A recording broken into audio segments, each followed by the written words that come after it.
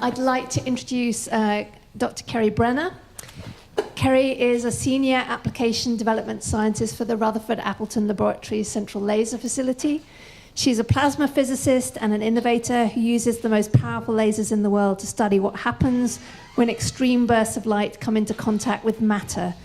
She's using knowledge to design new X-ray technology that can see through steel with micro-resolution. The extreme physics that Carrie studies can also be applied for understanding supernova explosions in space, or how we can ignite a star on Earth for clean electricity generation. So she really is crossing research and innovation in a really unique way. In 2007, she was awarded the UK Institute of Physics Clifford Patterson Medal and Prize for her significant early career contributions to the application of physics in an industrial context. And I'm going to hand over straight to Carrie. So I've come down from the Rutherford Appleton Laboratory today, which is one of the UK's national research facilities. It's just south of Oxford. That's a campus that's got a whole village of scientists and engineers and technologists.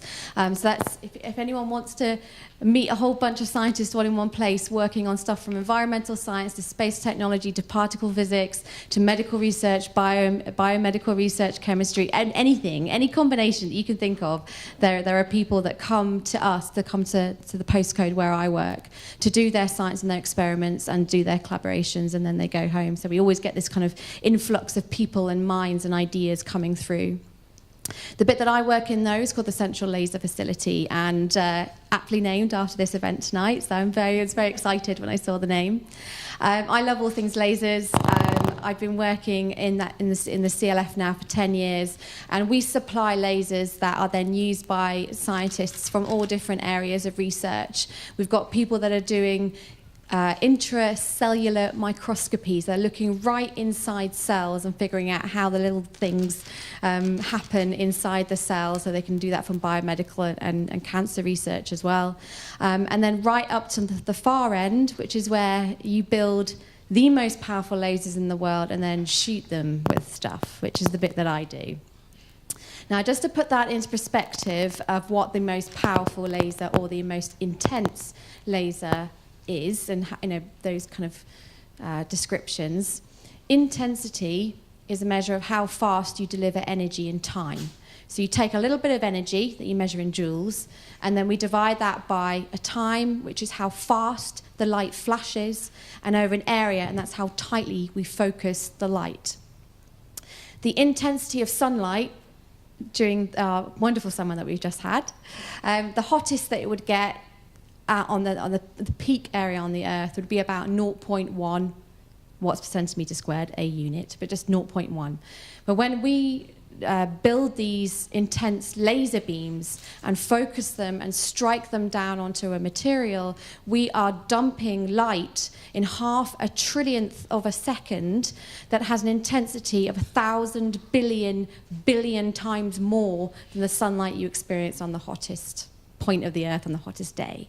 So it's extreme to the max. This is the most extreme light intensity that you'll find on the Earth, and as you'll see, it's actually one of the most intense regions of energy that you will find in the whole solar system.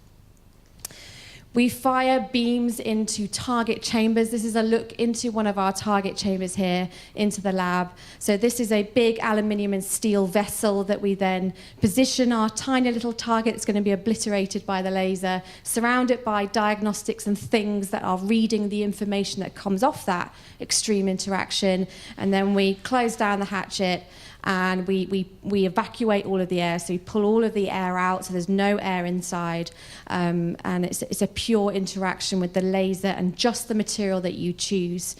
This is a picture of one of the things that we shoot. So this is a photograph taken side on, and the laser is coming in from your right-hand side and slamming onto this. So this is a side-on view. This is a photograph taken by an artist called Alistair McClymont, who joined me on one of the experiments that we were running. And this is a slab of tantalum. Tantalum is a beautiful blue-grey, high-density metal. It's a bit like gold, actually. It's got very similar atomic properties to gold, atomic number, and about the same density. But it's got a very different colour. It's a nice kind of deep grey blue colour. It's a beautiful colour. When you shoot that, you get these kind of bright, glowing blasts of energy that are captured by the camera. And a lot of people who come and use our lasers, they do this because at that peak bit that I showed you as ultra bright, the conditions of what we call the plasma, which is the fourth state where you rip apart atoms, you blow atoms up essentially into their constituents, which is charged particles. The laser also dumps loads of energy in there, so they get really hot. So you get this mixture of hot particles and charged particles, and that combination, although on the Earth is quite rare, those two where things are hot and really charged, actually 99% of the known or visible, now you'll know what that means from the last talk we just had, all the stuff we can see that's glowing and all the things that are captured by the telescopes that we're using, that is in the plasma state. So actually everything in the universe, that 4%, of the visible stuff, most of it is in the plasma state, and on Earth and on planets, that's the kind of, and they're normally of being solid liquids and gases, quite boring. So we get a lot of people coming to actually reproduce the center of stars, the center of planets. We get people using these lasers to slam into targets to reproduce miniature supernova explosions. Supernova explosions are the deaths of giant stars. It's what happens at the end of the lifetime of a star as it erupts, and the violent eruption that occurs is actually where all of the elements that we know of are formed, all of the core elements for life, oxygen, carbon, and everything above. They are formed in a supernova explosion, and we can make little miniature ones over a few billionths of a second in the lab. That's what people have been doing. And there's people studying, reproducing the physics of gamma ray bursts. They're reproducing the extreme physics of what happens around black holes.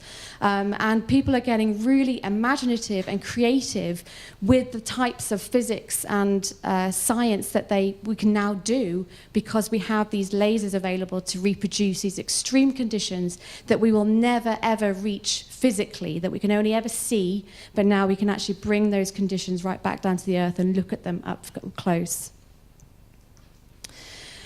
And then jumping right to the other side of the spectrum, the other thing that's really interesting is that when you do slam the laser into things like tantalum and gold, you get beautifully, very high energy, extreme bursts of X-rays. And X-rays are really good for imaging things, just like you go for the hospital to image an X-ray bone inside the body. Well, we want to do that for quite an extreme case, because I'd quite like to look at the inside of a jet engine, and I'd also like to look inside nuclear waste barrels to check for corrosion and to check for cracks. Now, to do that, you need really punchy X-rays, and fortunately, that's exactly what we get when we slam lasers into pieces of tantalum.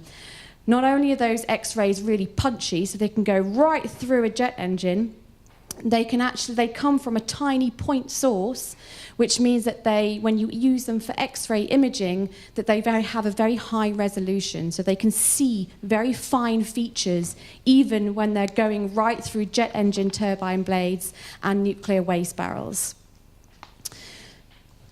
This is the inside of a jet engine blade. It actually has a beautiful honeycomb structure to it. They're titanium alloys with pure titanium honeycomb inside, which I didn't know.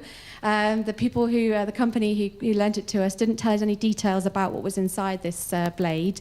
But it was really beautiful to see that inner structure revealed by the X-rays that have high enough quality like the ones that we do.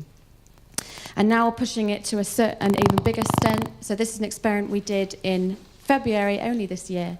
We took our X-rays coming out of our vacuum here. The X-rays came out, went through a barrel of cement and uranium that was about 1/2 meter wide. And in one single flash of those X-rays, we were able to see the uranium that was hidden behind 40 centimeters of concrete, which was a key demonstration that this is actually useful for people that need to monitor and manage nuclear waste.